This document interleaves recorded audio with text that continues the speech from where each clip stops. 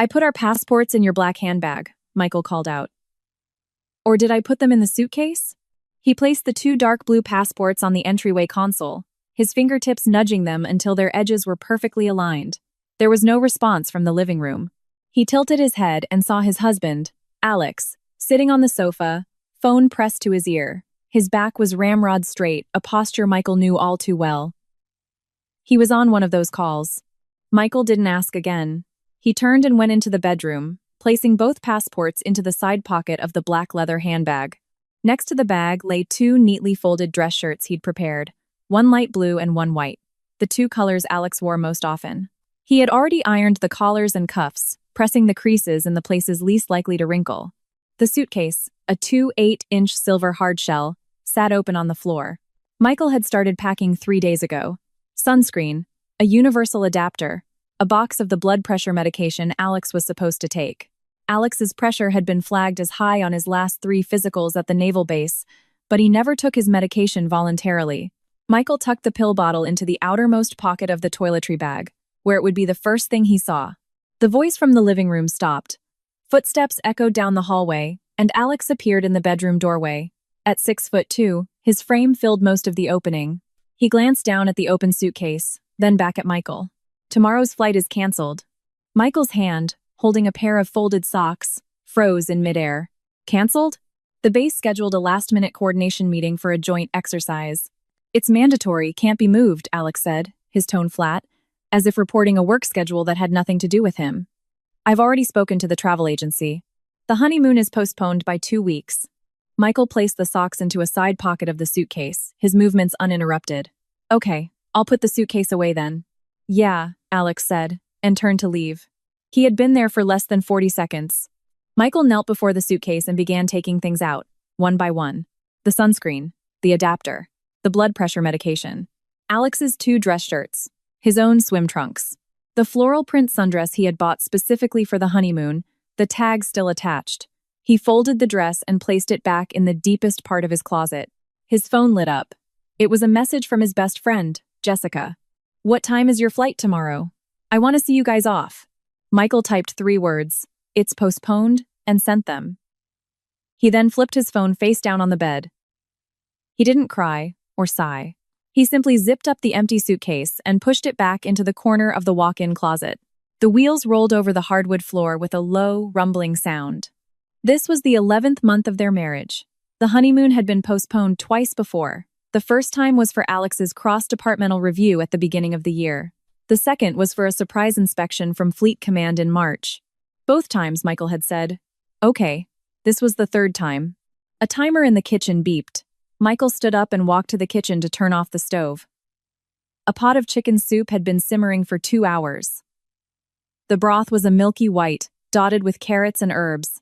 He skimmed the fat from the surface, ladled a bowl, and carried it to the study. The soup is ready. Alex didn't look up, his hand turning a page of the document in front of him. Just leave it on the desk. Michael placed the bowl on the corner of the desk, in the 3rd grid square to the right. There was a silicone coaster he had placed there, its edge perfectly flush with the desk's. He had measured the spot where Alex usually set his coffee mug. Before leaving the study, he glanced at his husband's back. The muscles of his shoulder blades tense beneath his white t-shirt. Alex never looked at him. Michael closed the door. The next morning, Michael was watering the plants on the balcony when his phone rang. It was an unfamiliar number with a San Diego area code. Hello? He answered. Hello, am I speaking with a member of Mr. Alex Stanton's family? Yes, this is his husband. This is the United Airlines concierge service. We are calling to confirm that the seats for Mr. Stanton's booking for 2 passengers on flight UA 3251 tomorrow, from San Diego to Bali, have been upgraded to business class. We just wanted to confirm if you have any special meal requirements. The watering can in Michael's hand tilted. Water overflowed from the pot, spilling across the tiled balcony floor. I'm sorry, you said tomorrow? Yes, sir. June 2nd.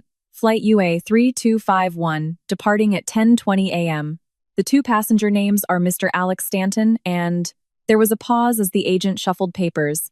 Miss Claire Lynn. Water seeped from the balcony into the living room. Michael set the watering can down. His hands weren't shaking, but he could feel his heart beating in his throat, each thump making it hard to speak. Sir, are you still there?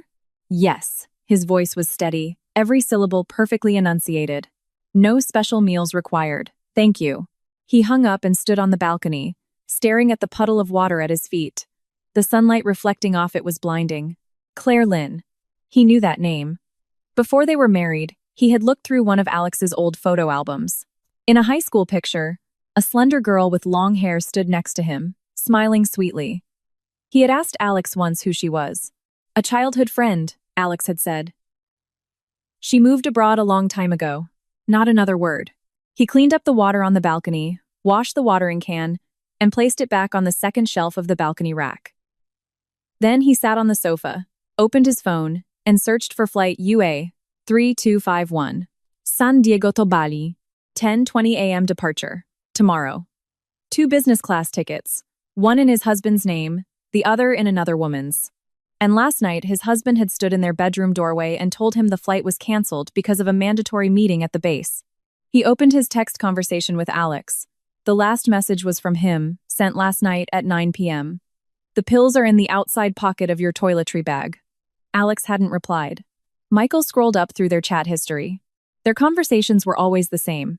He would send 2 or 3 messages, and Alex would reply with one.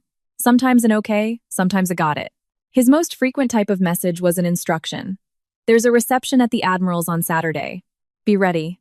He had never seen the name Claire Lynn on Alex's phone, not because Alex hid it well, but because Michael had never looked at his phone. He didn't look because he trusted him. Michael closed his messages and opened Amazon. The woven straw beach bag he'd ordered 3 days ago had been delivered to their building's package room. He hadn't picked it up yet. He found the order and clicked Return Item. At 2 p.m., he went to the supermarket. There were 2 cartons of milk left in the fridge, enough for 3 days. There were 5 eggs. He bought a bunch of celery, a block of tofu, and a carton of cherries. He loved cherries. Alex would sometimes grab a few from the fruit bowl on the coffee table as he walked by.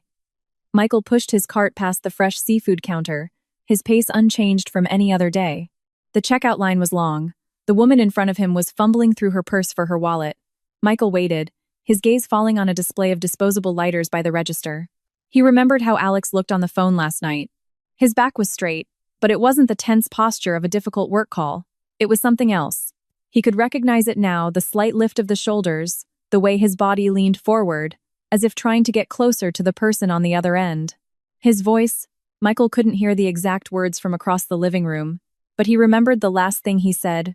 Okay, I'll arrange it. Not I'll handle it. Not Roger that. I'll arrange it. He had used that phrase with him once, when they were renovating their new condo. Michael had said he wanted a floor-to-ceiling window. Alex had said, okay, I'll arrange it. The window was installed. At the time, Michael thought it meant he cared. It was his turn. He placed the cherries, celery, tofu, and a bottle of soy sauce on the conveyor belt. He paid with his phone. Back home, he washed the cherries, dried each one with a paper towel, and arranged them on a white ceramic plate in the center of the coffee table. At 7 p.m., Alex came home. The sound of his dress shoes clicking on the tile floor in the entryway. Michael was in the kitchen, cooking. The range hood was loud. He didn't need to go out to greet him. How many dishes tonight? Herb-crusted salmon, roasted asparagus, garlic mashed potatoes, and a butternut squash soup. His footsteps headed toward the living room. Michael knew he would pour a glass of water first, then sit down and look at his phone for exactly 10 minutes. He checked the fish in the steamer. A chopstick pierced the flesh easily, perfectly cooked. He turned off the heat, transferred the fish to a platter, drizzled it with soy sauce, scattered fresh scallions on top, and finished with a spoonful of sizzling hot oil. By the time he had all 4 dishes on the table, Alex was already seated. His plate was set perfectly, the chopsticks resting on a holder, tips pointing left. He always set them that way because he was left-handed. During dinner, he glanced at his phone, typed a few words, and then flipped it face down on the table. What time are you leaving tomorrow? Michael asked. Alex's chopsticks paused for less than half a second before resuming their motion. A car from the base is picking me up at 07000. I'll get up at 6 to make you breakfast. Don't bother, I'll eat at the mess hall. He took a sip of the soup. The temperature was just right, not too hot. He took another bite of fish. He ate quickly. Throughout the entire meal, he said nothing else to Michael. When he finished, he pushed his bowl forward. I'm heading to the study. Okay, I'll get the dishes. He left. Michael collected his bowl and chopsticks. A piece of tofu was left untouched at the bottom. He used his own chopsticks to move it into his bowl, then rinsed Alex's bowl clean. The water was running loudly as he washed the dishes.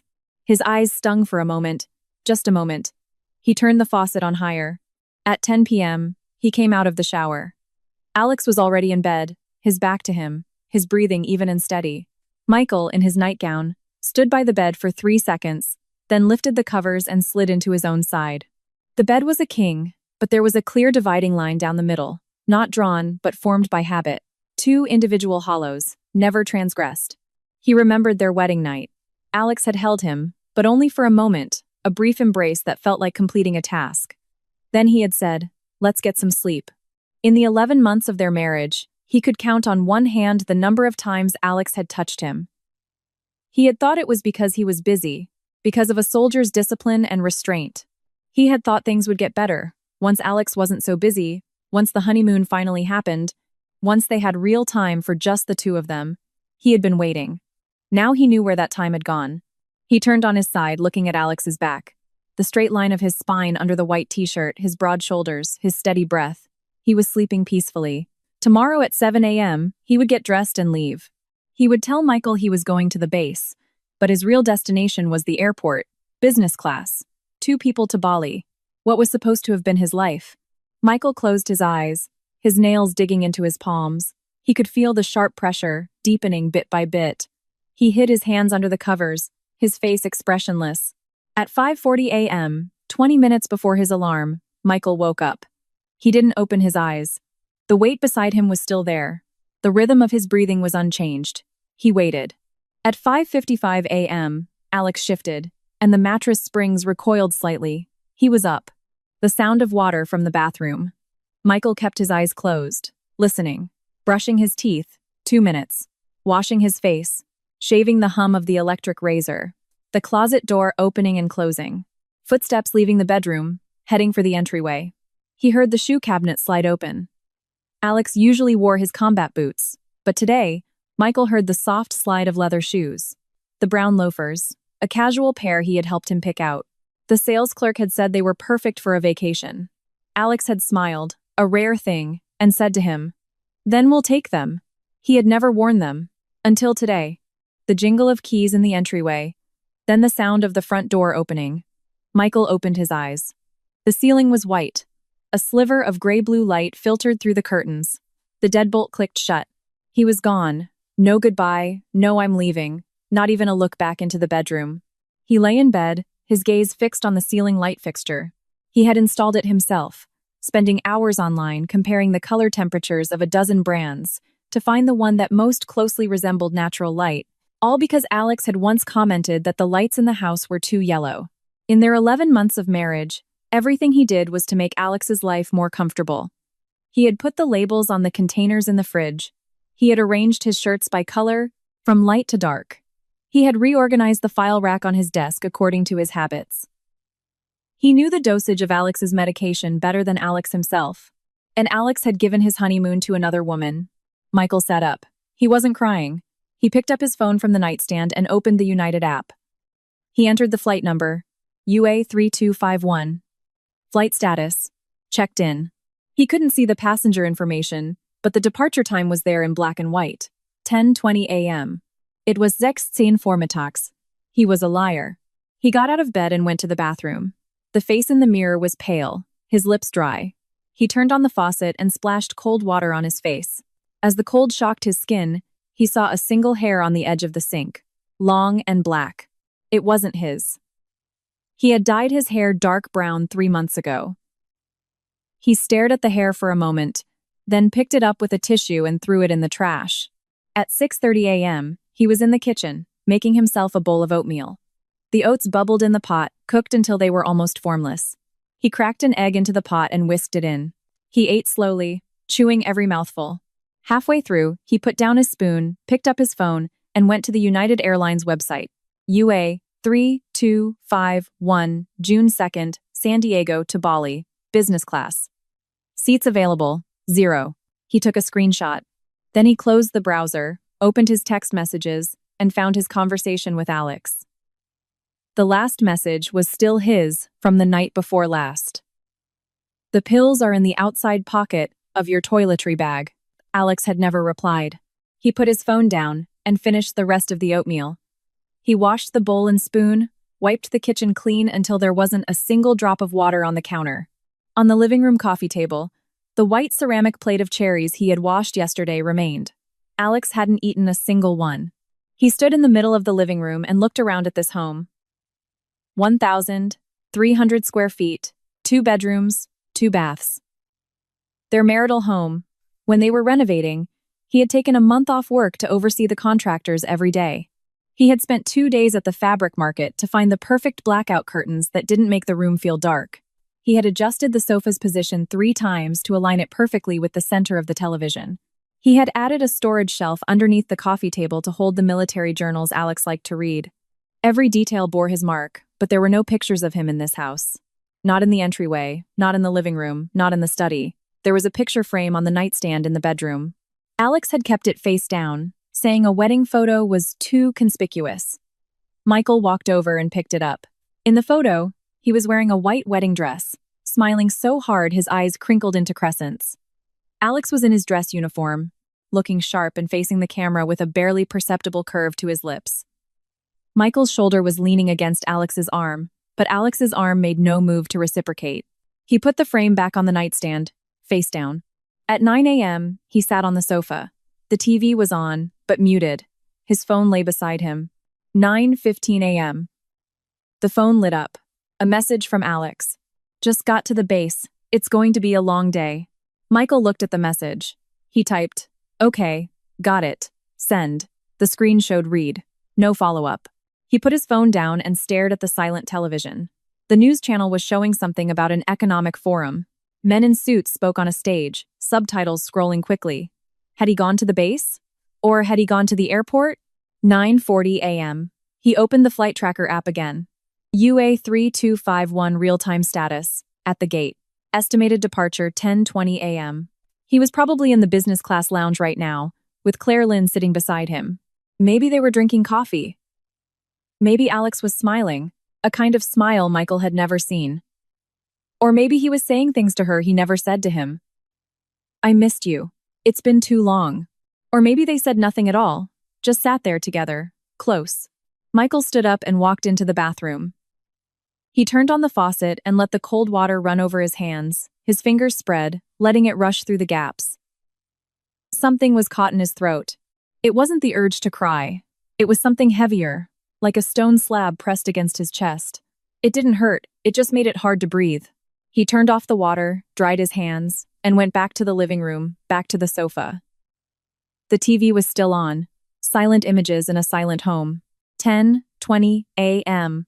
The flight tracker on his phone sent a notification. UA 3251 has departed. Michael stared at the words for a long time. Then he locked his phone, placed it on the coffee table, and picked up the remote to turn on the TV's volume. "And a look at your local forecast," the news anchor was saying. "San Diego is heading for a high of 82 degrees today. Please remember to stay hydrated and cool." Sunlight streamed through the floor-to-ceiling windows, landing right where he was sitting. He felt a little too warm. This was his honeymoon. Sitting alone in a 1,300 square foot condo, listening to the weather forecast, watching the sun move across the tile floor. And his husband, at this very moment, was flying with another woman to the place they were supposed to go together. Michael picked up the plate of cherries from the coffee table, walked to the kitchen, and emptied the entire plate into the trash can. He washed the white ceramic plate, dried it, and put it back in the cabinet. His movements were light, soundless. The house was as quiet as if no one had ever lived there at all. June 3rd, 22 hours after the flight departed, Michael sat at the computer in the study and opened Alex's email. He knew the password, not because he had snooped, but because Alex had once asked him to check for his physical exam results from the base and had told him the password then, AS198903116. His initials and birthday, Alex had never changed it. There were over 400 unread emails in the inbox. Michael didn't bother scrolling. He typed Claire Lynn into the search bar. 3 seconds later, 17 emails appeared. The earliest was from January 9th of this year, the 3rd month of their marriage. He didn't click on it right away. He opened a new note on his phone, titled it 6 halves, and then began to read, one by one. The first email, January 9th, from Claire Lynn. Subject: I'm here. The body was a single line. Landed. Everything's fine. Don't worry. Alex's reply: good to hear. Get some rest. The third email, February 14th. No subject. The body was a picture of a coffee with a lopsided heart drawn in the foam. No text. Alex's reply: nice artwork. The seventh email, March 20th, from Claire. That project you mentioned? I can help connect you on my end. Have time for a call Saturday? Alex's reply: Saturday, 3 p.m. Michael's fingers paused on the mouse. March 20th, a Saturday. He remembered that Saturday. Alex had said he had to go to the base for some urgent work and told him not to wait for him for dinner. He had made a pot of short rib soup and waited until 9 p.m. The soup went from hot to cold, then was reheated and went cold again. Alex had come home after he had already fallen asleep. He continued reading. The 11th email, April 15th, from Claire. The body was long. Michael's eyes scanned it and stopped on a middle paragraph. Sometimes I think I was too rash, leaving like that back then. If I hadn't gone abroad, what do you think would have become of us? Alex's reply was a single sentence. Don't think about that. Focus on the now. Michael took a screenshot of the email and saved it to his phone. The 15th email, May 20th, 13 days ago, from Claire. Visa came through. Did you book it? Alex's reply: booked. Business class. Are you flying here for a layover or should I book you a direct flight? Claire: direct is easier. I'll book it myself, don't worry about the cost. Alex: already bought it. Same flight as me. San Diego direct to Bali. Get to SD the day before, I'll arrange a car. Michael's breathing didn't change. His hand was steady as he took a screenshot and pasted it into his note. The last email. May 28th, 4 days ago. Claire: see you tomorrow. Alex: see you tomorrow. Get some rest. The send time was 11:43 p.m. Michael remembered what he was doing at 11:43 p.m. that night. He was lying in bed, his back to Alex, listening to the sound of his fingers swiping on his phone screen. He had thought Alex was reading the news. He closed the email client without deleting anything or marking the messages as read. He cleared his browser history. His phone now held 14 screenshots. He locked the phone and placed it on the desk. He then placed his hands flat on either side of the keyboard, fingers together, and stared at his own fingertips. His nails were neatly trimmed. With a clear coat of polish, Alex had once said he disliked strong colors. He clenched his fists, his knuckles cracking softly. Then he stood up. June 3rd, afternoon. Michael pulled open the bottom drawer of the study desk. Inside was a folder he had organized when they got married, containing their marriage license, social security information, copies of the deed to the condo, the car title, and the agreements for 2 bank accounts. He took the entire folder out and laid the contents on the desk, going through them one by one. Condo deed owner, Alex Stanton. Car title owner, Alex Stanton. Bank accounts, 2. One was Alex's salary account. The other was a joint household account, under Michael's name but linked to Alex's phone number for text alerts. At the very bottom, he found something he had almost forgotten: a certificate of deposit from Bank of America for $75,000, maturing on July 1st. These were his premarital savings. When they got married, he had rolled it into a linked account under their household finances. At the time, he thought it was a gesture of trust. Now, he needed it back. He opened the Bank of America app, entered his password, and went to the CD page. It had 28 days left until maturity. Cashing it out early would cost him 3 months of interest. He clicked Early Withdrawal. A confirmation box popped up. Are you sure? Early withdrawal will result in a loss of approximately $420 in interest earnings. He clicked Confirm. $74,580. Funds would be available tomorrow. Next, he opened the page for their joint checking account.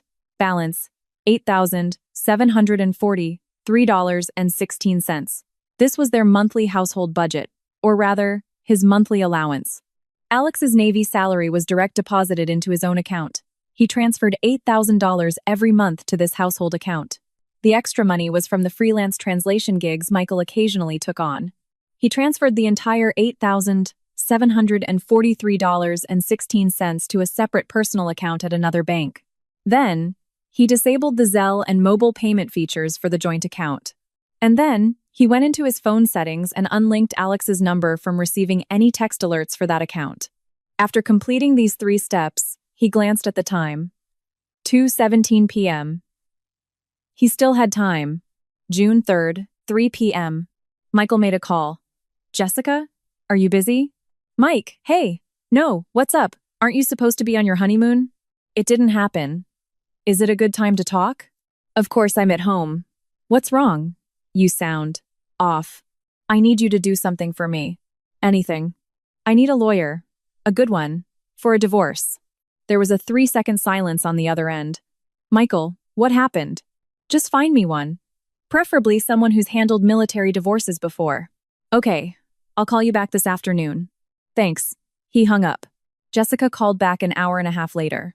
Got one. His name is David Chen, a partner at Sterling and Dunn. He handled a big military divorce case last year. Got a good settlement. I'll text you his contact info. Okay. Mike. I'm fine. I'll tell you everything when this is over. He hung up and opened his messenger to add David Chen. The lawyer accepted his request 10 minutes later. Michael typed, Mr. Chen, my name is Michael Tran, a friend of Jessica's. I need to consult you regarding the procedure for a military divorce. My spouse is an active duty officer, rank of commander. I have evidence of infidelity, including recorded airline calls, email screenshots, and flight records. When would be a good time to meet? The reply came quickly. Tomorrow at 10 a.m. works. Bring all the materials you mentioned. Michael typed, thank you. He put his phone down. Outside the floor-to-ceiling windows, the sunlight was fading, casting long orange-red shadows across the floor. He sat in the study, leaning back against the ergonomic cushion he had bought online because Alex complained of back pain from sitting too long. He pulled the cushion out from behind him and tossed it aside. June 3rd, 9 p.m. He opened his laptop and searched for job sites in Sydney, Australia. In the search bar, he typed, Chinese, English translator, location Sydney CBD. Over 40 results appeared. He went through them one by one, filtering out the ones that required permanent residency and the part-time gigs. He was left with 3. One was an in-house translator for an accounting firm. One was a document translator for an immigration law firm. And the third was a contract position for the Australian National Audit Office.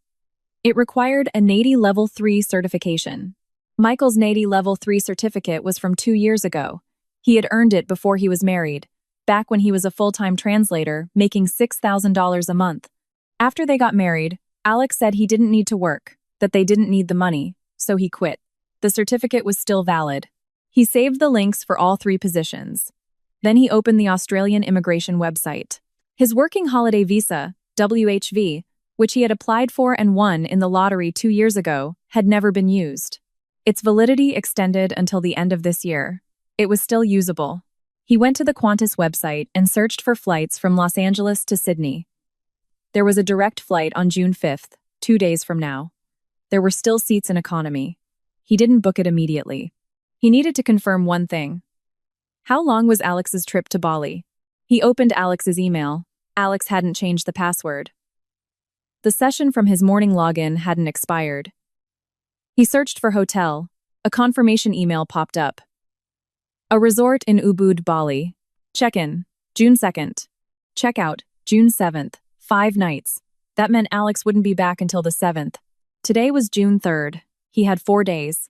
He closed the email, went back to the Qantas website, and selected the June 5th direct flight to Sydney. Economy, one way, one person.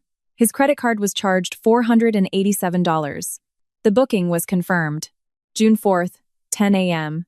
David Chen's office was on the 19th floor of a downtown high-rise. Michael arrived on time. Chen was in his 40s, with a sharp haircut and a rapid way of speaking. He leafed through the materials Michael brought: a transcript of the airline call, printouts of the email screenshots, flight information, and bank transfer records. Your husband is a commander in the Navy? Yes, active duty. And you're sure you want to file? Military divorces have special protections. If the service member doesn't consent, the court usually won't grant it. Unless there's proof of gross misconduct, Chen finished, looking up at him. The exception to the Service Members Civil Relief Act. These emails prove an emotional affair and close contact. But if he denies a physical relationship, The boarding records for UA 3251 can be subpoenaed, both on the same flight, same class, to Bali. The hotel booking was for one villa, Michael said, his voice as flat as if he were reciting data. If necessary, I can authorize you to file a motion to obtain his entry and exit records upon his return. Chen put the printouts down. You've prepared thoroughly. I have one more question. Go ahead. If I leave the country during the legal proceedings, will it affect the case? You're the plaintiff. If you give me full power of attorney, it won't be an issue. You would only need to be present for the hearing, or you can petition to appear via video conference. Courts are very open to that now. Good. He took a printed document from his bag. I prepared this last night. It's a power of attorney. Can you check if the format is correct? Chen took it and glanced at it for a few seconds. A corner of his mouth twitched, not in a smile but in surprise. It's perfect. Just sign here. Michael signed his name. The pen strokes were steady. How would you like to handle the retainer? One payment. He took out his phone and opened his banking app. Wire transfer or Zelle? Zelle is fine. The ping of the $3,800 transfer confirmation sounded a moment later. Chen filed away the power of attorney. I'll file the petition on June 8th. The court will serve him after he returns. One thing you should be prepared for. His command will likely try to intervene and push for mediation. I'm aware. The mediation period for a military divorce is typically 3 to 6 months. If he refuses to agree, he will agree, Michael said. Chen looked at him. Michael stood up and slung his bag over his shoulder. Thank you, Mr. Chen. We'll be in touch. He left. June 4th, afternoon. Back home, Michael pulled the 2 8-inch silver suitcase out from the walk-in closet again. This time, he was only packing for himself. Not many clothes. A few t-shirts, 2 pairs of jeans, a light jacket. June was winter in Sydney. He would need something warmer. He searched his closet. Most of his fall and winter clothes were from before the marriage. The styles were a bit dated, but they were still wearable. He opened the bathroom cabinet and took out his own toiletries. Toothbrush, face cream, makeup remover, a pack of birth control pills. He glanced at it. 11 pills left. He had been the one taking them since the wedding. Alex had never once asked about it. He threw the pill pack into the trash. The passport. He went to the entryway and opened the side pocket of Alex's black handbag. 2 passports were inside, where he had placed them 3 days ago. He took out his own, flipping it open. The expiration date was 3 years away. He didn't touch the other one. When he closed the suitcase, it was still a third empty. His entire life didn't fill a 2 8-inch suitcase. June 4th, 8 p.m. Michael cleaned the house one last time. Not for Alex, but for himself. It was his habit to leave a place as he found it. He wiped down the kitchen twice. He threw out anything in the fridge that would expire, leaving only an unopened carton of milk and a few eggs. He tied up the trash bag and took it downstairs. The living room coffee table was clean. The white ceramic plate was back in its original spot, empty. In the study, he only went in to retrieve his NADI certificate and a few professional dictionaries. He didn't touch any of Alex's files. He shut down the computer and pushed the chair back into place. He made the bed in the bedroom, folding the comforter neatly and arranging the pillows. The picture frame on the nightstand, the one that was face down, he hesitated for a second, then turned it over so Alex would see it when he got back. Finally, he stood in the entryway, changing his shoes. The top shelf of the shoe cabinet held Alex's shoes. The bottom shelf held his. His pairs were already packed. The bottom shelf now had 4 empty slots. He took out his house keys, a fob, and 2 physical keys. He placed his set on the entryway console, right next to Alex's black handbag. Inside the handbag's side pocket was Alex's passport. Next to the keys, he placed one more thing, his copy of the marriage license. He left it open to the page with their picture, face up. He left nothing else. No note, no text, no explanation. June 5th, 6 a.m. A private car service was waiting at the community gate. Michael pulled the silver suitcase out of the building. The sound of the wheels on the stone path was sharp in the quiet morning. He got in the car. LAX, Terminal B, please. As the car pulled away from the gate, he glanced in the rearview mirror at the building. 18th floor, 3rd window from the left. The floor-to-ceiling window of their living room. The curtains were drawn. You couldn't see anything from the outside. He turned his head and looked at the road ahead. His phone lit up. A message from Alex. Meeting's running late tonight. Don't wait up for dinner. He was still sending messages like this. From a hotel in Bali, still maintaining the lie that he was in a meeting at the base. Michael looked at the text. His thumb hovered over the screen for a second. He typed one word, "Okay, send." Then he went into his settings, found the conversation with Alex, and muted the notifications. Outside the car window, the city receded. The morning rush hour hadn't started yet. The road was clear. A bright white line stretched across the horizon, where the sun was about to rise. Michael put his phone in his bag. His flight was at 9 a.m. 12 hours later, he would land in Sydney. It would be 11 p.m. local time. He had booked a bed at a youth hostel near the airport online. $80 odd for the first night. He hadn't told anyone where he was going. Jessica only knew he was going away for a while. His lawyer had his future Australian phone number, but he hadn't bought a SIM card yet. He would do that after landing. Right now, 1,000 miles away in Bali, Alex was probably by the hotel pool, or having breakfast with Claire Lynn, or maybe still sleeping. He didn't know that Michael was no longer in that house. He didn't know the joint account had been emptied. He didn't know a lawyer was already preparing to file a divorce petition. He didn't know that when he returned, he would be met with a set of keys on a console, an open marriage license, and a half-empty closet. He knew nothing. He thought Michael was still at home, waiting for him. Like he had for the past 11 months, cooking his meals, ironing his shirts, watering his plants, wiping his tables, waiting for him to come home and grunt an Michael leaned back against the seat and closed his eyes. This was the last time he would wake up in the morning in this city. The taxi turned onto the freeway. June 7th, 9 p.m. Alex inserted his key into the lock and turned. The entryway light didn't come on. He flipped the switch. Light flooded the empty console. On the console was a set of keys. His gaze froze for half a second. It was Michael's set, the spare fob and house keys, threaded through a white lanyard he didn't recognize, placed neatly beside his own black handbag. Next to it was a red-covered document. He picked it up. The marriage license. Open to the photo page. Alex stood there for 5 seconds, holding the license. Michael? No one answered. He changed his shoes and strode into the living room. The sofa was empty. The white ceramic plate was on the coffee table, also empty. The TV was off. Michael? The kitchen was empty. The counters were wiped spotlessly clean, without a single drop of water. He pulled open the fridge. It was almost bare. A single carton of milk and a few eggs remained. The study. The computer was off. The file rack was untouched. But he glanced at the second shelf of the bookcase and noticed several books were missing. He walked into the bedroom. The bed was made, the comforter folded squarely. The pillows were perfectly placed, one on the left, one on the right.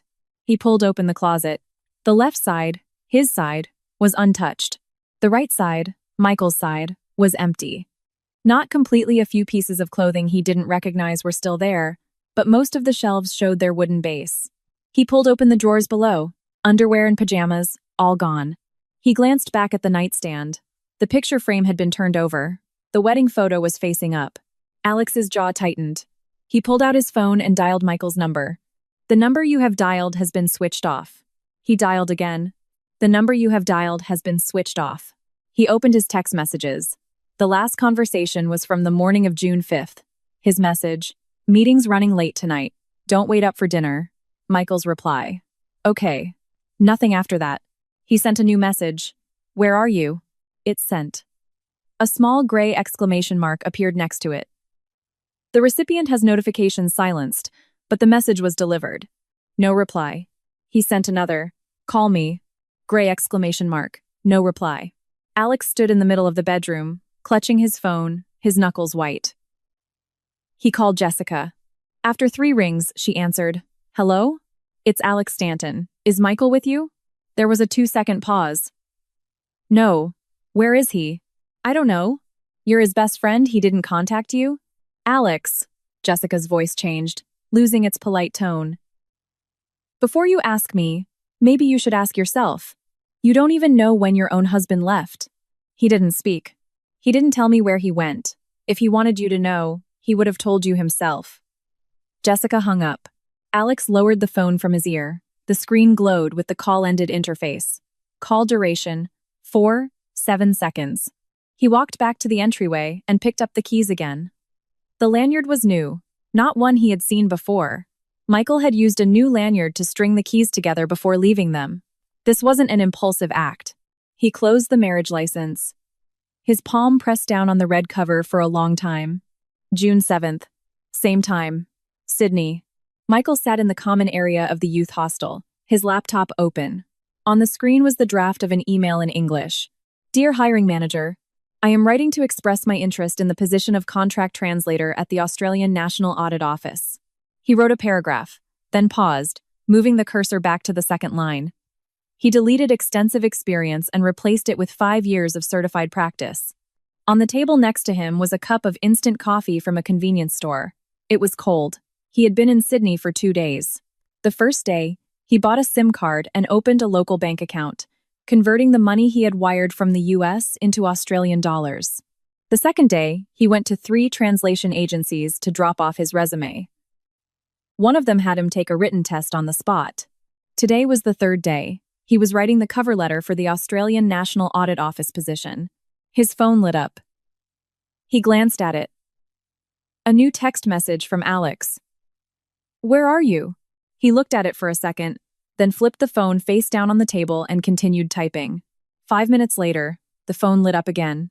He ignored it. The cover letter was finished. He proofread it, changed 2 prepositions, checked the formatting, and clicked send. The email was sent at 10:12 p.m. Sydney time. He closed his laptop, picked up the cold coffee, and took a sip. Then he picked up his phone and looked at the messages. 2 of them. Where are you? Call me. He scrolled up in the conversation. The last message he had sent was okay. From the back of the taxi on the way to the airport on June 5th. He exited the conversation without replying. June 8th, San Diego. Alex woke up at 6 a.m. and splashed cold water on his face. The man in the mirror had faint dark circles under his eyes. He had barely slept last night, tossing and turning until 3 a.m. It wasn't jet lag. The 5-day trip to Bali hadn't caused any. It was because he checked his phone every half hour. No reply. He put on his uniform and left. He had a regular morning meeting and had to submit a training plan to the division commander in the afternoon. His daily routine at the naval base was no different from usual. But at 10 a.m., he did something unusual. He had his driver take him to the translation agency in downtown San Diego where Michael used to work. The receptionist was a young woman who didn't recognize him. Can I help you? Does Michael Tran still work here? The receptionist checked her computer. Michael Tran. He resigned at the end of last year. He's no longer with us. Do you have a new contact for him? Sir, I'm sorry. We can't disclose former employees' personal information. I'm his husband. The receptionist looked up at him, a Navy commander in full-dress uniform. Her eyes widened, clearly intimidated, but she still shook her head. I apologize, but we really don't have his contact information after he left. Alex turned and walked out. In the car, he dialed Michael's number again, switched off. He opened his messenger and scrolled through their mutual contacts. The list was short. Michael's social circle was small. Besides Jessica, the only other people he could think of were Michael's parents. He hesitated for 3 seconds, then dialed his father-in-law's number. Dad, it's Alex. Alex, what's up? His father-in-law's voice was carefully cheerful. Has Michael been in touch with you recently? He has. He called 2 days ago. Said you two went to Australia for your honeymoon and told us not to worry. Alex's fingers tightened on the steering wheel. He said, Australia? Yeah, said the scenery was beautiful. What, are you not with him? I am. The signal is just bad here. I'll have him call you back. He hung up. Australia. He sat in the back of the car, holding his phone. His thumb pressed the search bar and he typed, Recent flights San Diego to Australia. June 9th. Sydney. Michael walked into the Collins & Associates translation firm on the 14th floor of an office building in Martin Place. The agency he had tested at yesterday had called him back for an interview today. The interviewer was an Australian woman in her 50s, with short hair and red-framed glasses. She spoke quickly. Your test results were excellent. 98% accuracy, the highest among this batch of applicants. But I have one question. Michael sat opposite her, his back straight, hands folded in his lap. Your resume shows you have a NATI Level 3 certification.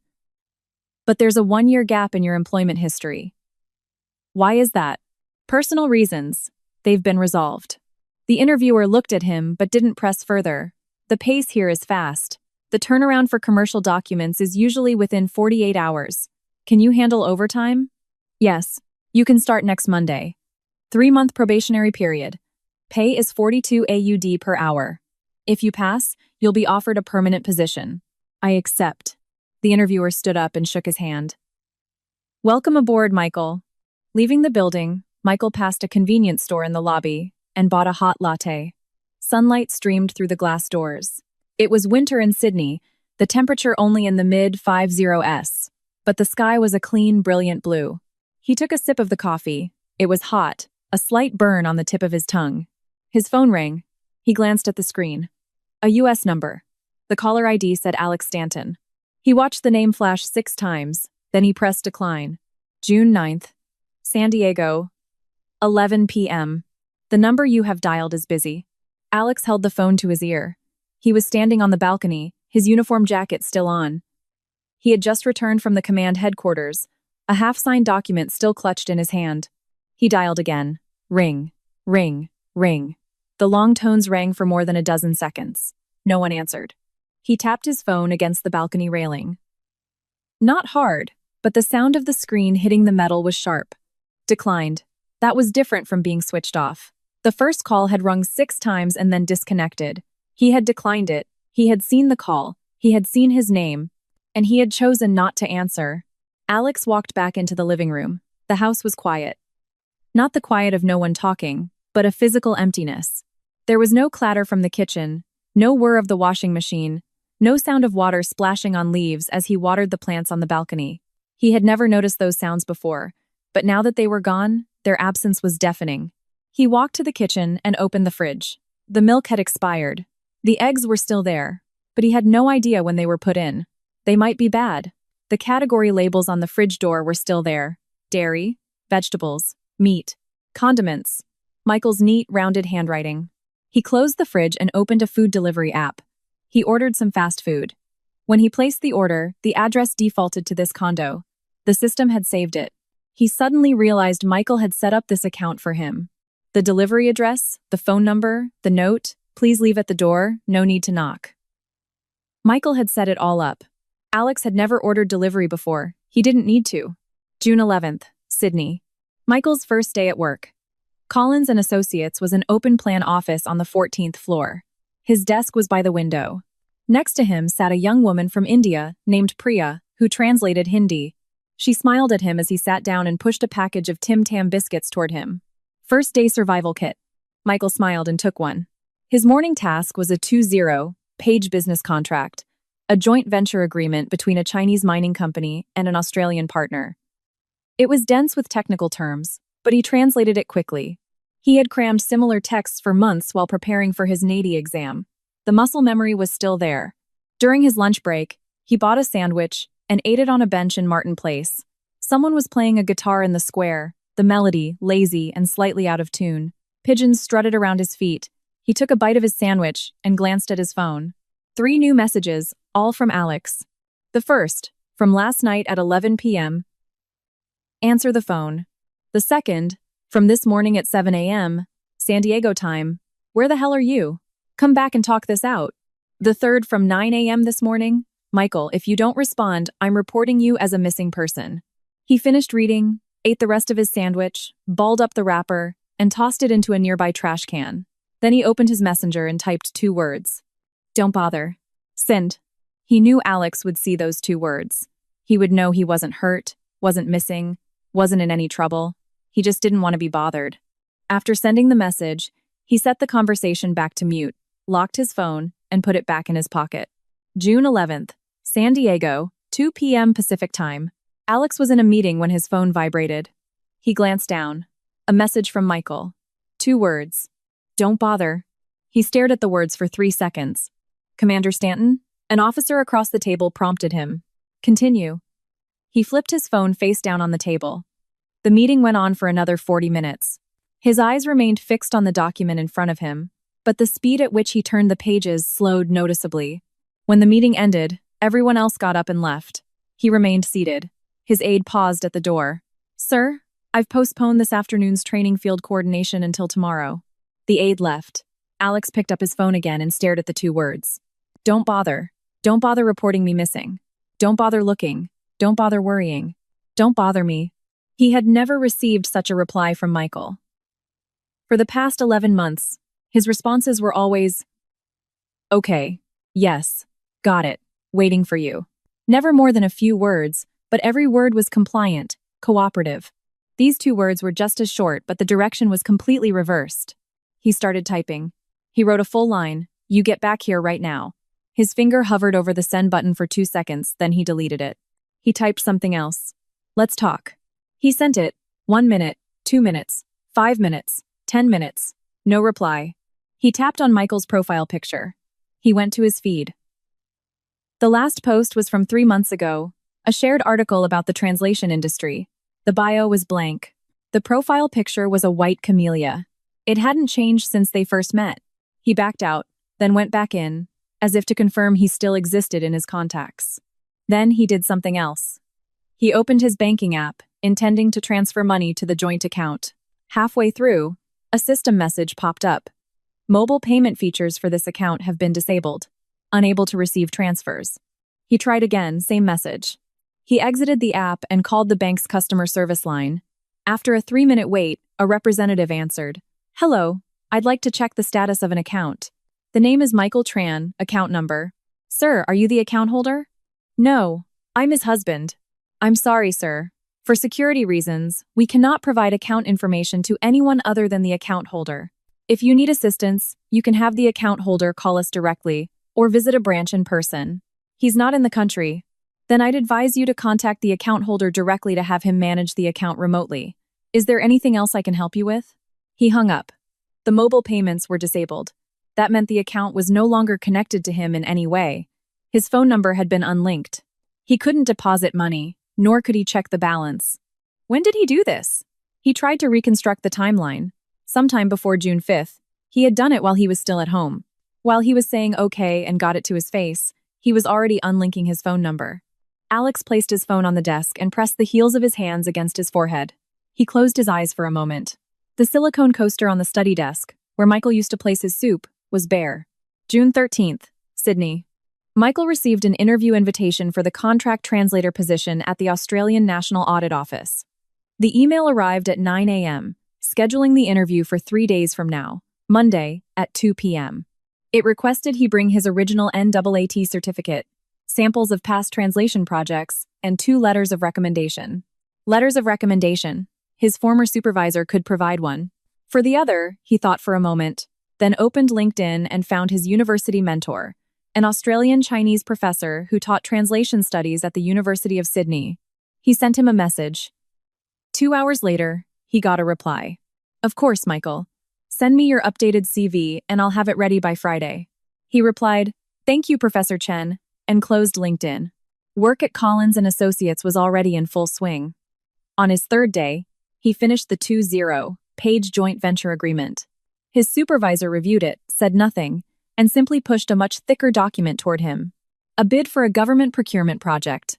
"Michael, deadline is the day after tomorrow." He opened the file and began to work. June 13th, San Diego. Alex went to Michael's parents' house for the 3rd time. The first 2 times he had stopped by under the pretext of being in the neighborhood, trying to coax more information out of them. But the elderly couple only knew that their son was on vacation in Australia, and that Michael called them every other day.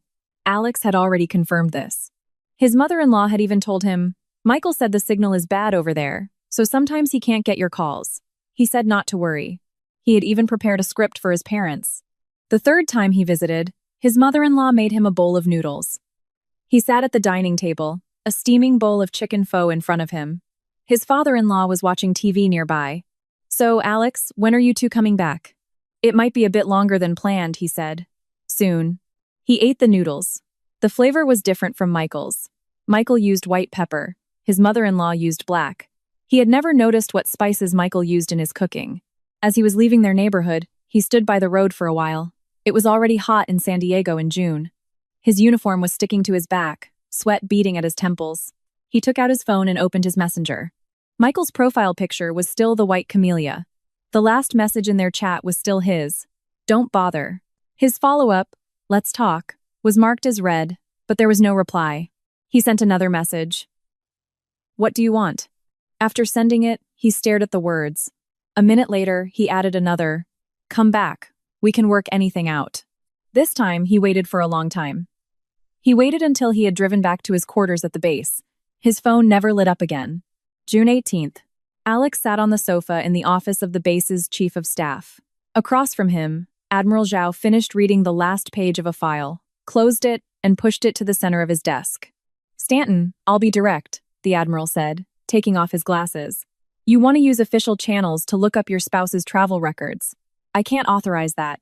Admiral, he's abroad and I can't reach him. I need to confirm his safety. His parents say he calls them every other day, Admiral Zhao said, his tone even. He's safe. He just doesn't want to be contacted by you. This is not a matter for the Navy to get involved in. Alex's hand rested on the arm of the sofa, his middle finger tapping lightly. Then I'll go through civilian law enforcement channels. I would advise against that, the Admiral said, putting his glasses back on. You're a commander, using your position to investigate your spouse's movements. If someone were to report that, it wouldn't look good on your record. And with the Fleet Command's promotion review board coming up at the end of the year, you want to be on that list, don't you? Alex didn't reply immediately. The Admiral added, marital problems are to be solved at home, behind closed doors. Don't drag the service into it. He's not at home. Then wait for him to come back. Admiral Zhao stood up, picked up his teacup, and took a sip, a clear signal of dismissal. Stanton, let me put it bluntly. At your age, in your position, if you can't handle your domestic affairs, the fallout doesn't just affect you. Alex stood up. I understand, sir. He left the Chief of Staff's building and stood in the corridor for a few seconds. Sunlight streamed through the columns, cutting the ground into strips of light. He stood in the shadows, took out his phone, and glanced at his messenger. The conversation with Michael was as silent as a grave. The last message was still, don't bother, from June 11th. He exited the app, opened his contacts, and found a name, Luke Evans, a lieutenant commander in the Naval Intelligence Office, a classmate from the Naval Academy. They were on reasonably good terms. The Chief of Staff wasn't the only one who could pull travel records, as long as you had the right connections. He dialed. Luke? It's Alex Stanton. You busy? Let's grab a drink at lunch. June 18th. Sydney. Michael sat in a conference room on the 8th floor of the Australian National Audit Office. The interviewers were a panel of 3, the project lead, a senior auditor, and a representative from HR. His resume, naughty certificate, and 2 letters of recommendation were spread out on the table. The project lead was an Australian man in his 50s, wearing a gray suit. He spoke slowly. Mr. Tran, this position involves translating highly sensitive audit documents related to bilateral government projects. Many of these involve Chinese state-owned enterprises.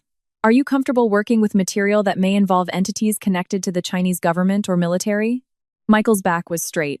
Yes, I have no conflict of interest. Can you elaborate? Your CV shows you were previously based in San Diego, a significant military hub. I am aware.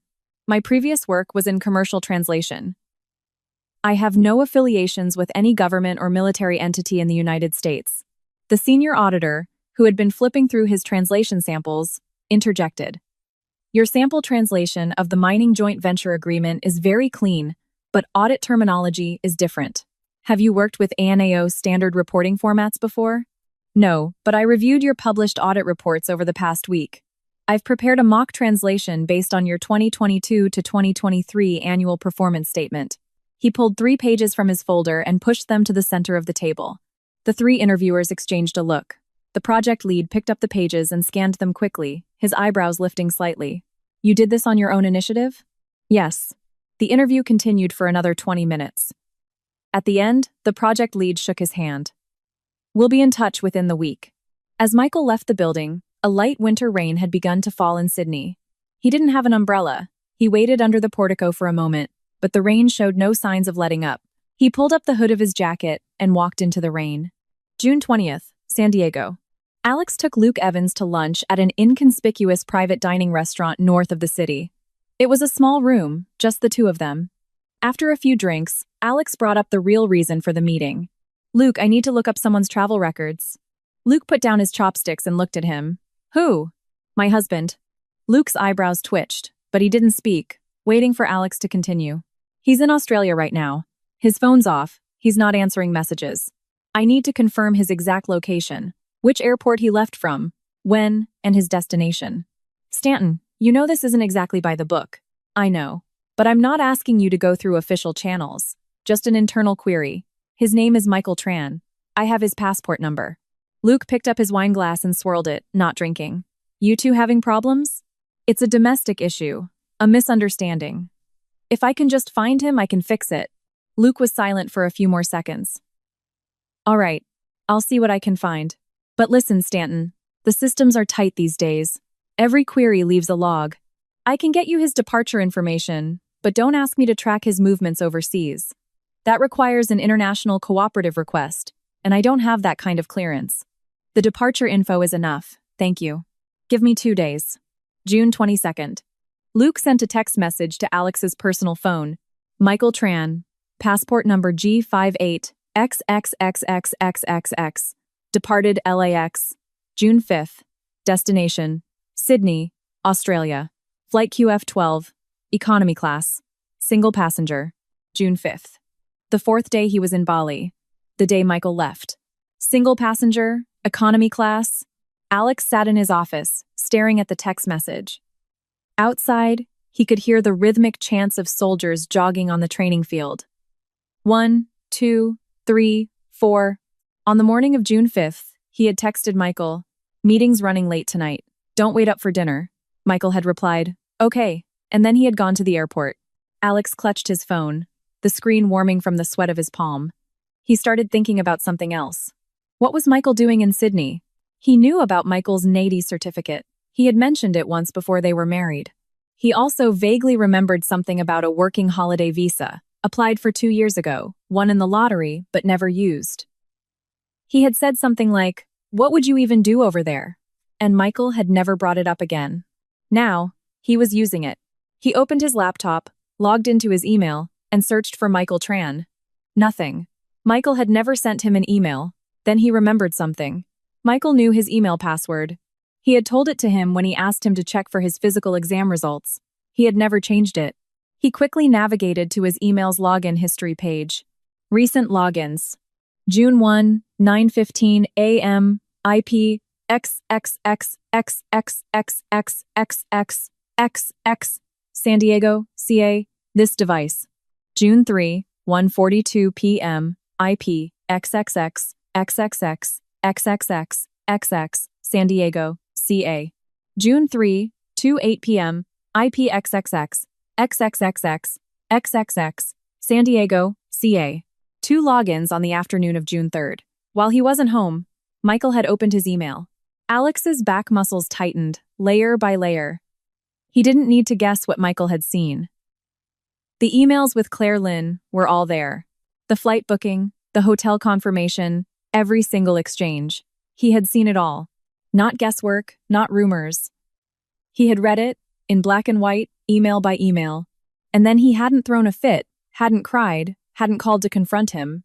He had transferred the money, disabled the account, contacted a lawyer, booked a flight, and left. All of it done between June 3rd and June 5th. 48 hours. And during those 48 hours, he had still replied to his messages. Okay, got it. Alex stood up so forcefully that his chair slid back 2 feet, the wheels screeching against the floor, a jarring sound in the quiet office. He walked to the window and leaned on the sill, his knuckles white.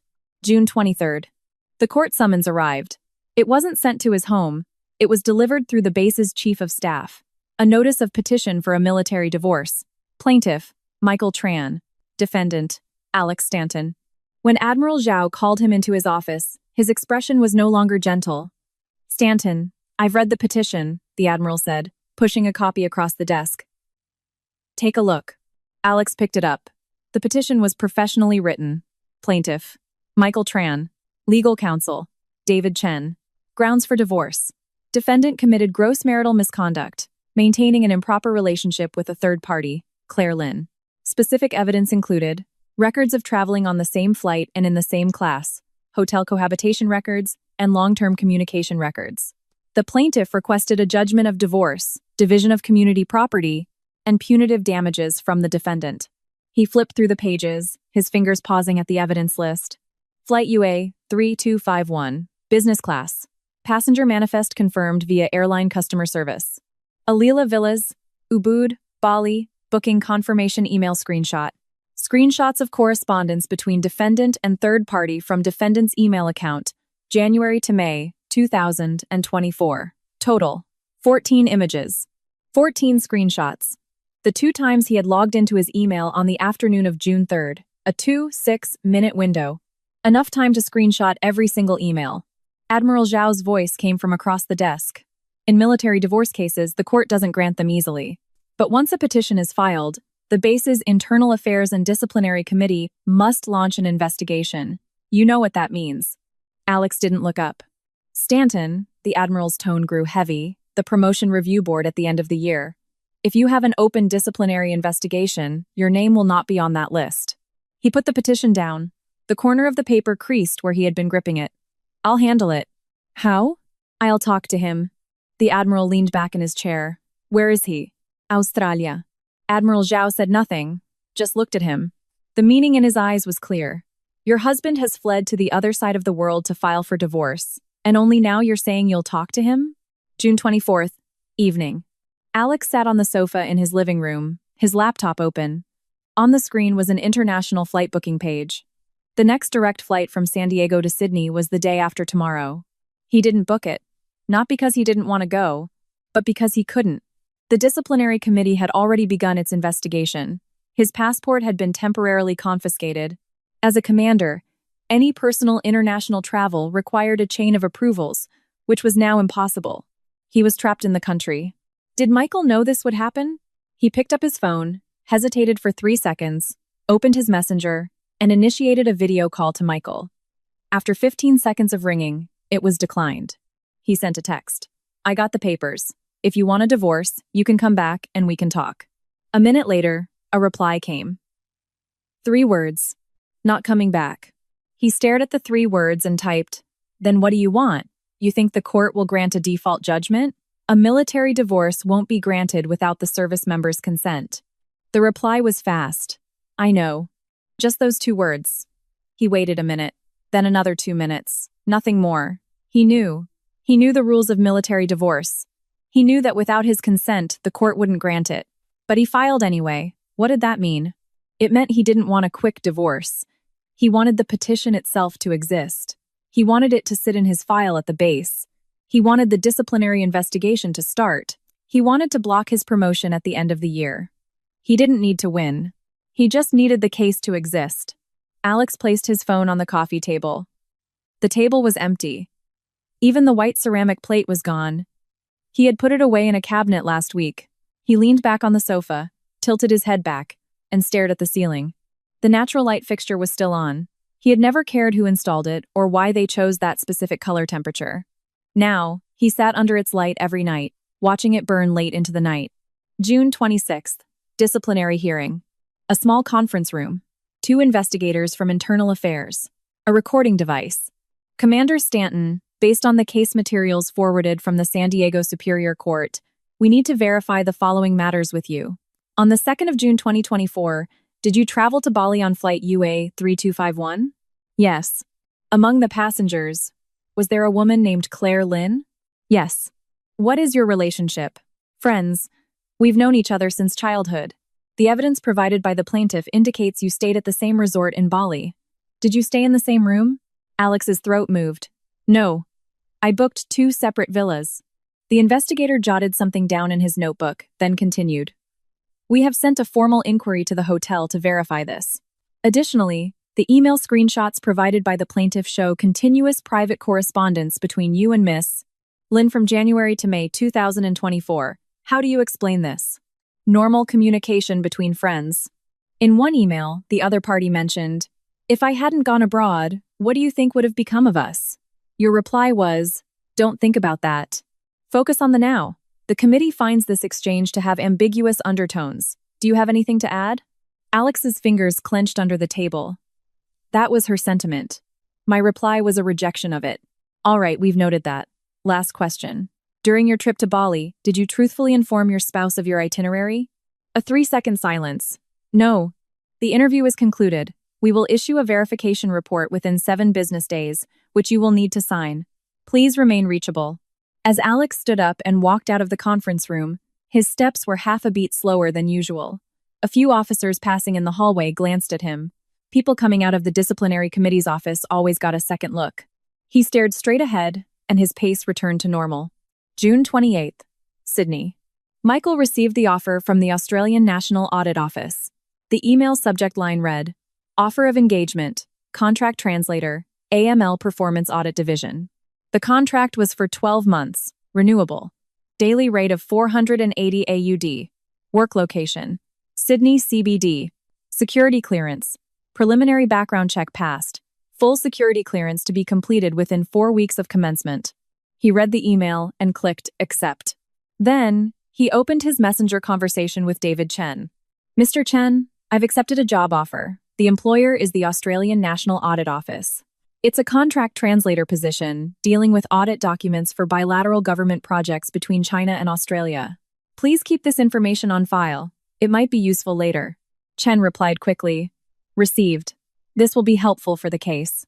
If the opposing party attempts to apply pressure through informal channels, the fact that your work involves a foreign government agency will significantly limit their options. Michael replied, Understood. He locked his phone. He had 1 week left at Collins & Associates to hand over his work. His start date at the ANAO was July 8th. He had a few days in between. He opened his calendar and on July 3rd he made a note. Call parents. Explain job change. His phone lit up. A new message. It wasn't Alex. It was from David Chen. The Navy's disciplinary committee has begun their investigation. I've also received the defendant's response, forwarded by the court. He does not consent to the divorce and claims the marital bond is not broken. As expected, Michael replied. Proceed as planned. Chen, understood. Also, one more thing. The opposing counsel called our firm today, wanting to meet with me. I refused. But he proposed a mediation, organized by the base's command staff. Michael typed, He wants to mediate, fine. But I'm not returning to the US. Video conference only. Chen, good, I'll relay that. He put down his phone. It was raining again in Sydney. The raindrops drummed on the metal roof of the youth hostel. He was moving out next week.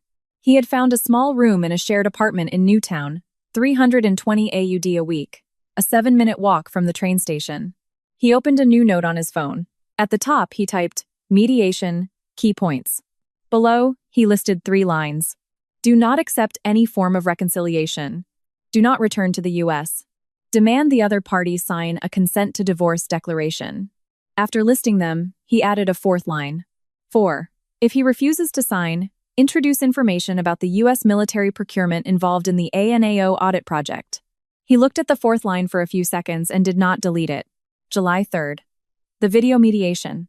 On the other end of the screen was a conference room at the naval base. Admiral Zhao sat in the middle. Alex sat to his left, next to another man he didn't recognize, likely from the legal department. On his end of the screen was his shared apartment in Sydney. Michael sat at his desk, a plain white wall behind him. David Chen sat beside him, just out of frame. Admiral Zhao spoke first. Mr. Tran, the purpose of this mediation, organized by the command, is to facilitate communication between both parties and hopefully resolve this conflict. You can state your demands directly. Michael didn't speak. David Chen spoke for him. My client's demand is clear: the dissolution of the marriage. A pre-trial settlement agreement has been submitted to the court, which the defendant has refused to sign.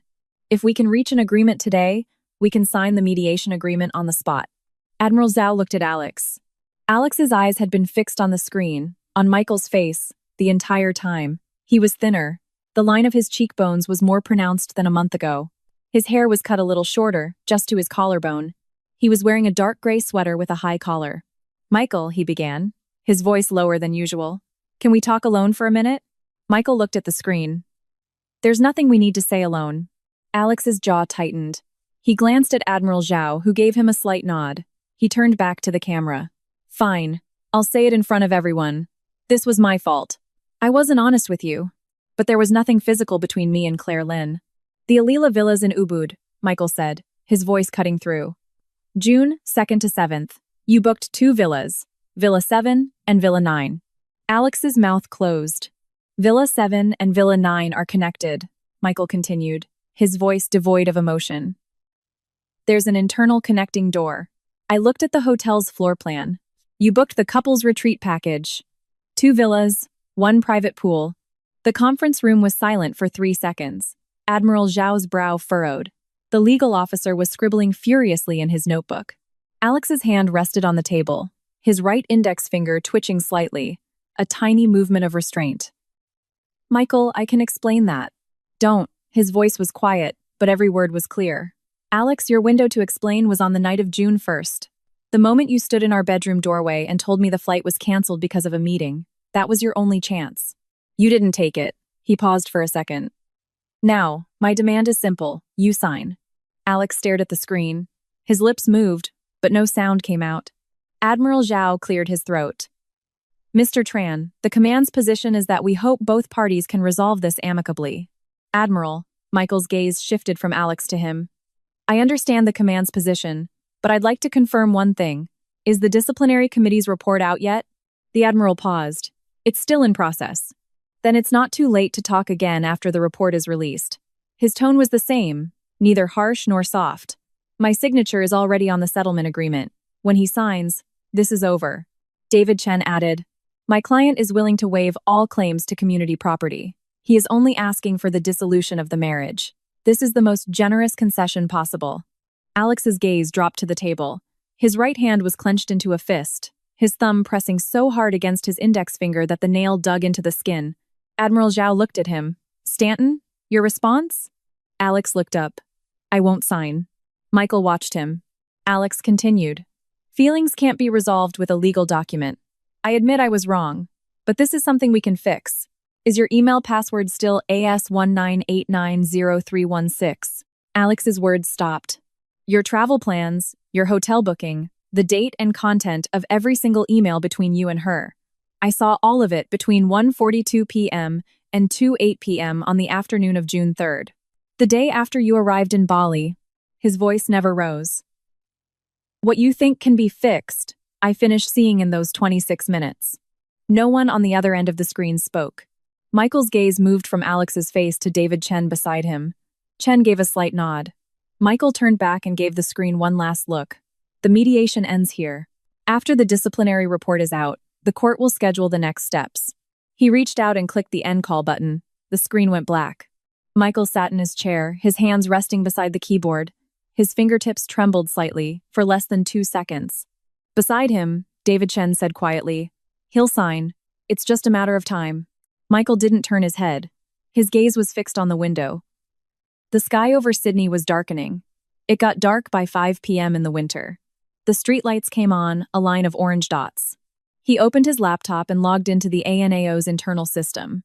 His first translation project, assigned after he started on July 8th, was already there. A preliminary report on a joint procurement audit between the US and Australian governments. The parties involved included the Australian Department of Defence and the Logistical Support Department of a certain US military command. He glanced at the document. The name of the US unit on the cover, Naval Supply Systems Command, San Diego. Alex's command. He closed the file and logged out. Not yet. July 15th.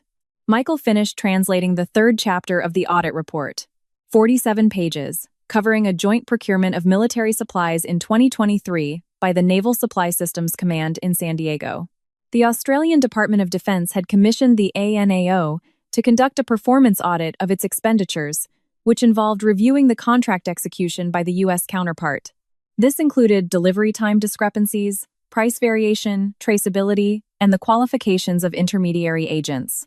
The translation itself was a technical task.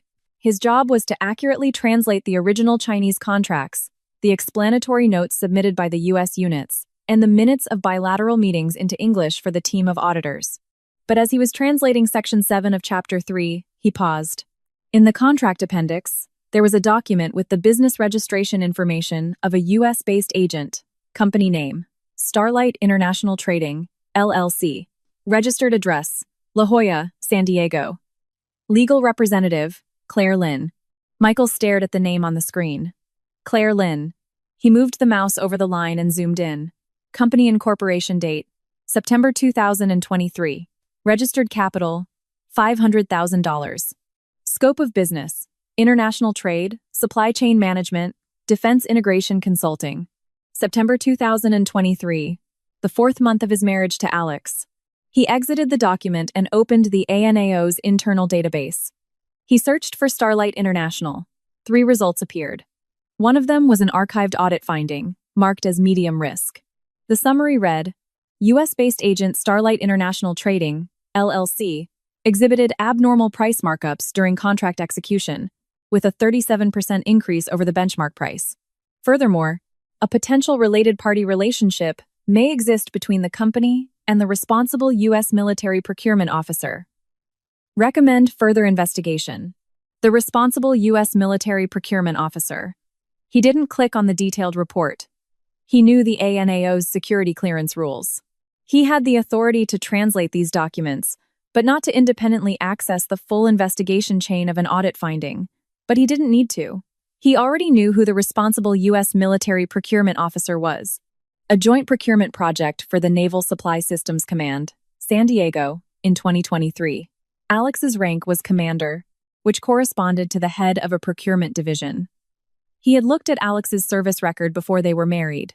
It stated, current position, director, equipment procurement division, Naval Supply Systems Command, San Diego. The pieces connected. Claire Lynn wasn't just his childhood sweetheart. She was the agent for his procurement projects. Her company, operating within his jurisdiction, had won a military contract, and that contract had a 37% price markup. Michael closed the database, saved the translated document, and submitted it to the project system. Then he picked up his phone and sent a message to David Chen. Mr. Chen, I have new information. It's not related to the divorce case, but to the defendant's professional conduct. Is it a good time to talk? 3 minutes later, Chen called him. Go ahead. Alex is the director of equipment procurement at NavSup San Diego. Claire Lynn owns a company called Starlight International Trading. It was incorporated in September 2023.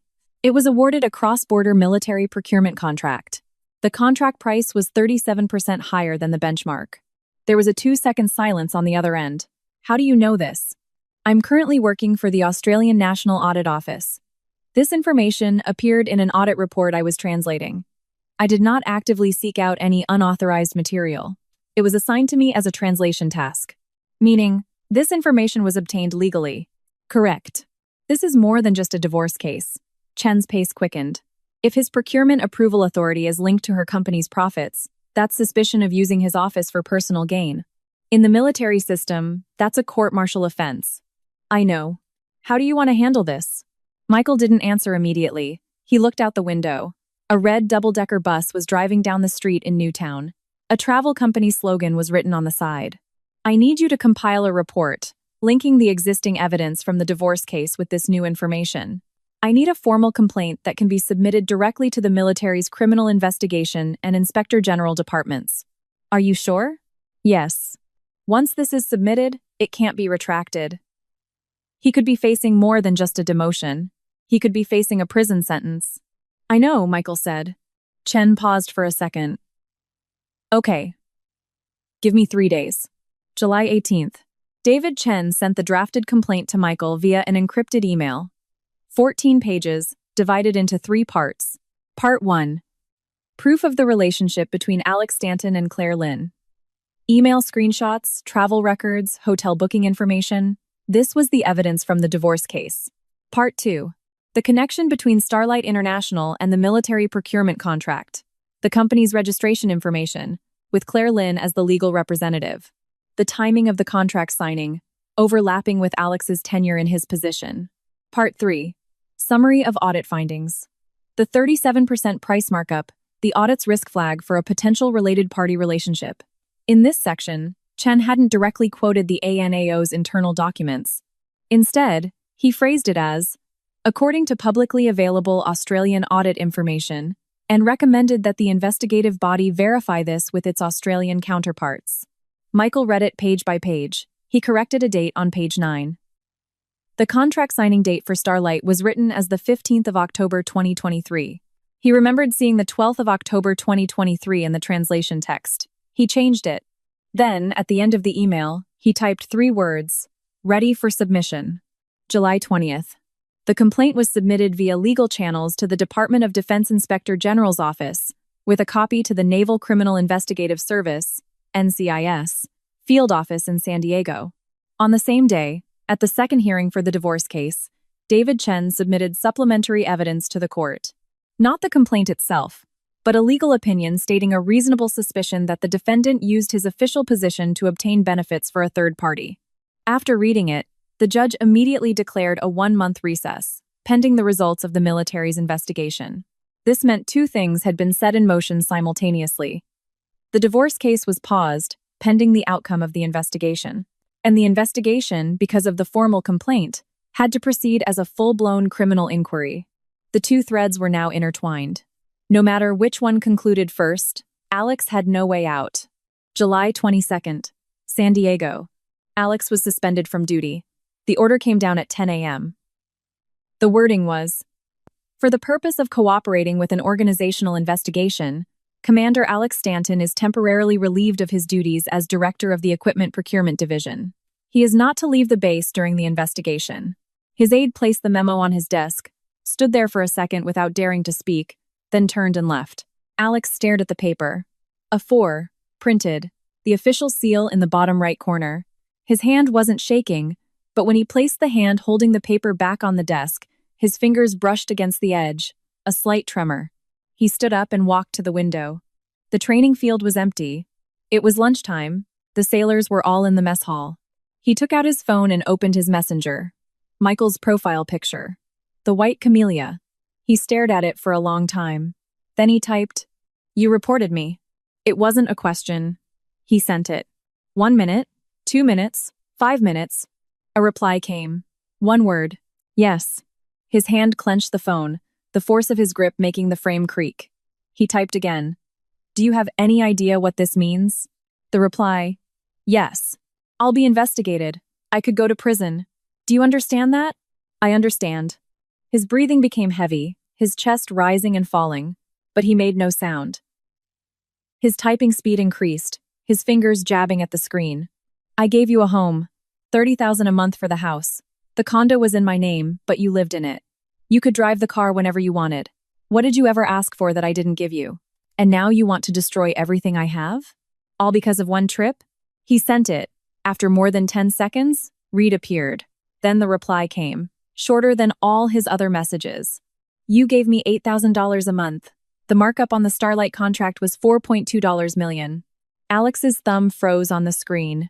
"You gave me an allowance. You gave her a multi-million-dollar deal." There was no third message. He stared at the two texts. $4.2 million.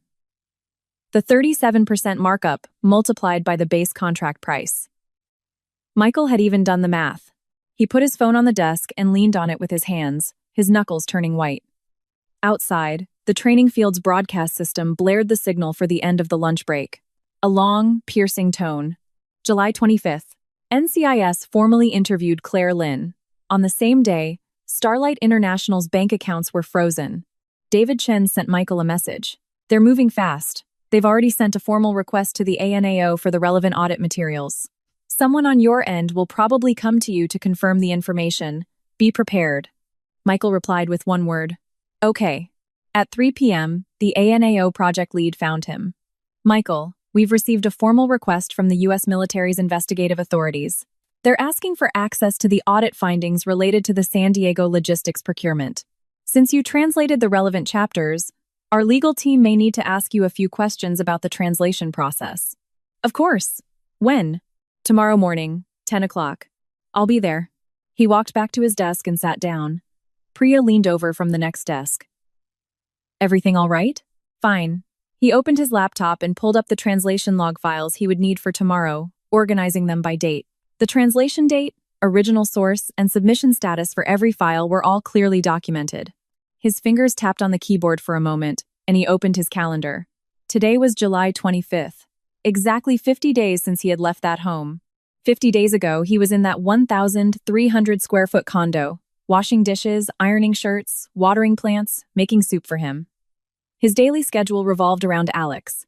What time he left, what time he came back, how perfectly his shirts needed to be ironed, how many of his pills were left. Now, he was sitting on the 13th floor of an office building in Sydney's CBD, translating government audit documents worth hundreds of millions of dollars, earning 480 odd a day. He closed the calendar and continued working. July 28th. Alex received a summons from the military prosecutor's office. The charge: suspicion of using his official position to obtain benefits for others, amount being exceptionally large. Summons date: July 30th, 9 a.m. He sat on the sofa in his living room, staring at the summons. The living room was a mess. He hadn't cleaned in a long time. The coffee table was littered with takeout containers and empty water bottles. The floor was dusty. The natural light fixture was still on, but its light made the room look gray and lifeless. The category labels on the fridge door were still there: dairy, vegetables, meat, condiments, Michael's handwriting. The fridge itself was empty, but no one had torn off the labels. He placed the summons on the coffee table and picked up his phone. In his contacts, he hadn't clicked on Michael's name in a long time. Their last conversation was on July 22nd. He had never replied to those 2 messages. You gave me $30,000 a month. The markup on the Starlight contract was $4.2 million. You gave me an allowance. You gave her a multi-million-dollar deal. He stared at those 2 lines. $30,000 a month. He had thought that was generous. When they got married, his mother had said it was a man's duty to provide for his family. He had transferred the money every month and thought it was more than enough. Michael had never asked for more, never complained about it being insufficient. He had thought that meant he was content. $4.2 million. He had helped Claire Lynn's company get the contract. He had signed the approval documents. He hadn't taken a cut of the profits, at least not directly. But in one of Claire's emails she had said, "I'll treat you to a nice dinner after the project is over." During the investigation, that sentence had been circled. He didn't know how a nice dinner would be interpreted, but he knew that when the law started calculating the value of illicit gains, his explanations were meaningless. It was all there in black and white. The base contract price was $11.35 million. The actual executed price was $15.55 million. The difference was $4.2 million. That $4.2 million had flowed into Starlight International's account, and the legal representative of Starlight International was Claire Lynn, the woman he had traveled with and stayed with in connected villas. Could he say he hadn't taken a dime? The law didn't care if he had. The law cared if he had approval authority, if there was a related party, and if he had failed to recuse himself. The answers were yes, yes, and yes. Alex flipped his phone face down on the sofa, leaned his head back, and closed his eyes. The house was quiet. The physical emptiness had persisted for 53 days. July 29th. Alex did something. He called David Chen's office. Not Michael, but his lawyer. "Mr. Chen, this is Alex Stanton." There was a pause on the other end. "Commander Stanton, what can I do for you?" "I'll sign the divorce agreement." David Chen didn't respond immediately. "No mediation, no more hearings. Send me the agreement. I'll sign it and mail it back." "All right. I will confirm my client's wishes and get back to you. One more thing." "Go on." "Tell him." Alex paused. Something caught in his throat. He swallowed. "Tell him he doesn't need to withdraw the complaint. I'm not asking him to. Let the process run its course." David Chen was silent for 3 seconds. "I will relay that." Alex hung up. He held the phone in his hand, the screen dark. He sat on the sofa, his head bowed, elbows on his knees. The light in the living room stayed on. July 29th. Sydney, 10 p.m. A message from David Chen arrived. He's agreed to sign. The divorce agreement will be mailed out tomorrow. He also said one more thing. He doesn't need to withdraw the complaint. Let the process run its course. Michael sat in his small room, a glass of water on his nightstand. It was cold. He looked at the message. He touched the ring finger of his left hand. There was no ring there anymore. He had taken it off the day he left San Diego and put it in a side pocket of his suitcase. The day after he arrived in Sydney, he had taken it out and tossed it into his nightstand drawer. Let the process run its course. He finally understood. He replied to David Chen, "Received." Then he placed his phone on the nightstand and turned off the light. Outside, there were still some sounds from the flowing street. The faint music from a distant pub drifted in. He lay in the darkness, his eyes open. On the base of his left ring finger, there was a very faint mark, the trace of the ring he had worn for 11 months. He flexed the finger. The mark would fade. He closed his eyes. October 12th. A message from David Chen arrived at 1 a.m. Sydney time. The divorce decree is out. The court accepted the signed settlement agreement and has granted the dissolution of the marriage. I've sent a scanned copy to your email. Michael saw it the next morning at 7 a.m. He had just woken up, hadn't even brushed his teeth yet. The messages on his phone were lined up. Below Chen's message was another one. Also, just to let you know, the military prosecutor's office has formally indicted Alex Stanton. The charge is abuse of power, involving an amount of $4.2 million. The trial is set for early November. You may be required to provide a written testimony as a witness, but you will not need to appear in person. He put down his phone and went to the bathroom to brush his teeth. The person in the mirror was thinner than he had been 4 months ago in San Diego, but his energy was different. There were no dark circles under his eyes. His shoulders were relaxed. The line of his mouth was straight and calm. After rinsing his mouth, he went back to his room and opened his email. The divorce decree was in the attachments. He downloaded it and opened it. In the Superior Court of California, County of San Diego, the court finds that the marital relationship between the petitioner and the respondent has irretrievably broken down, that the respondent is in gross fault, and has signed the marital settlement agreement. It is hereby ordered, adjudged, and decreed that the marriage between petitioner Michael Tran and respondent Alex Stanton is dissolved. The official seal, the judge's signature, the date. He closed the file. October 15th. The contract renewal confirmation from the ANAO arrived. Dear Michael, we are pleased to confirm the renewal of your engagement for a further 12 months, effective from the 1st of January 2025. He clicked accept. Same as the first time. Priya leaned over from the next desk. Renewed? Yeah. Drinks after work? Sure. At 6 p.m., he, Priya, and 2 other colleagues went to a bar around the corner from Martin Place. He ordered a ginger beer, non-alcoholic. Priya ordered a gin and tonic. So, Michael, how's life? You've been here, 4 months now? Almost 5. You seem more relaxed than when you started. That first week, you barely looked up from your screen. Michael smiled. The first week, I was scared of making mistakes. And now? Now, I'm just fast. Priya raised her glass and clinked it against his. He took a sip of the ginger beer. The spicy bubbles tingled on his tongue. November teared. David Chen forwarded him a document. A template from the military prosecutor's office for his written testimony as a witness. The content was simple. He needed to confirm the circumstances under which he had encountered the information about Starlight International during his translation work. He needed to confirm his prior relationship with the defendant, and he needed to confirm that he had never had any communication with the defendant about that company before. He wrote out the 3-page statement of facts, following the template. No adjectives. He signed it, took a photo, and sent it back to David Chen. Chen replied with another message.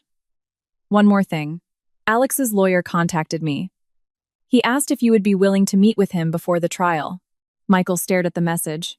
What did he say? His exact words were, I want to say one thing to him, in person.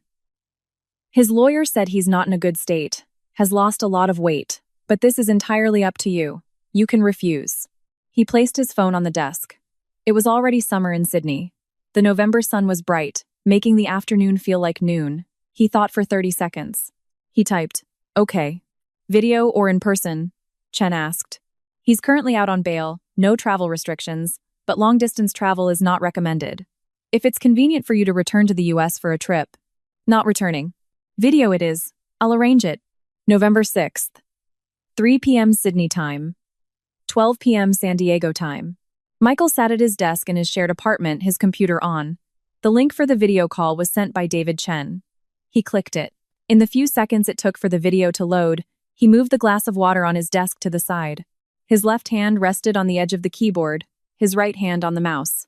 The screen lit up with an image of a room, not their former home. It looked like a simple, generic rental. The background was a yellowing white wall with a small patch of peeling paint in the corner. Alex sat in front of the camera. The first thing Michael noticed was his face. His cheekbones protruded, his cheeks were hollow, and his eye sockets were deeper than before. He was wearing a dark gray crew-neck sweatshirt. Not a uniform, not a dress shirt. He had never worn a sweatshirt before. His hair was longer, not the regulation length for a military officer. When he saw Michael's image appear, his body leaned forward slightly, then he sat back again. They looked at each other through the screen, neither speaking first. The silence lasted for 7 seconds. Alex spoke first. Michael. He didn't respond to the name, his gaze level with the screen. Alex said it again. Michael. Thank you for agreeing to. You said you wanted to say one thing in person. He cut him off, his voice flat. Say it. He closed his mouth, his throat moving. I wanted to say, I'm sorry. He didn't reply. Not because I got caught, it's because. From the very beginning, I never put you in the right place. He looked at him, waiting. You were by my side for 11 months. You cooked, you cleaned, you kept track of my medication. I never once said thank you for any of it. I thought it was. He paused, his fingers moving on the desk as if searching for something to hold. But there was nothing. I thought it was what you were supposed to do. Michael didn't speak. It wasn't until after you left that I realized those things didn't just happen automatically. The light bulbs, what color temperature to get, how the shoe cabinet was organized, why there were labels on the fridge. It was all you. I didn't know any of it. His voice cracked on the last word. Michael waited for 2 seconds to make sure he was finished. Then he spoke. Are you done? Alex looked at him, his lips moving, but no more sound came out. Then I'll say something. His gaze was direct, straight into the camera, which was the same as looking straight into his eyes. Alex, what you just said wasn't an apology. It was you describing what you lost. You said you discovered I changed the light bulbs, that I put the labels on the fridge. You're talking about your inconvenience, not my efforts. His hands, out of the camera's view, tightened. But the line of his shoulders changed. Even now, you're still using those words. Supposed to do.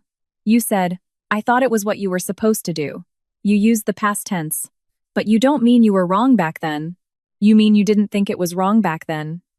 And now, because the consequences are so severe, you've adjusted your language.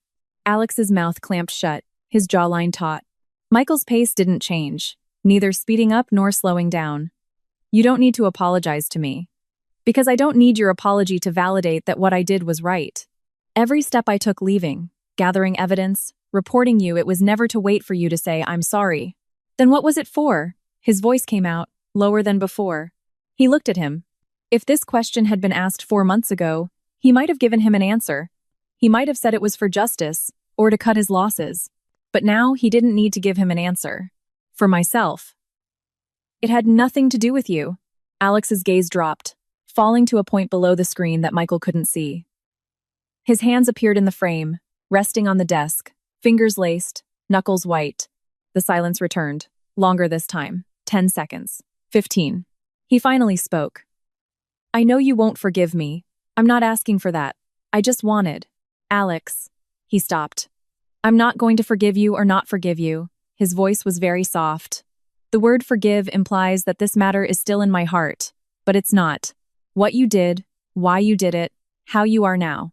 None of it has anything to do with my life anymore.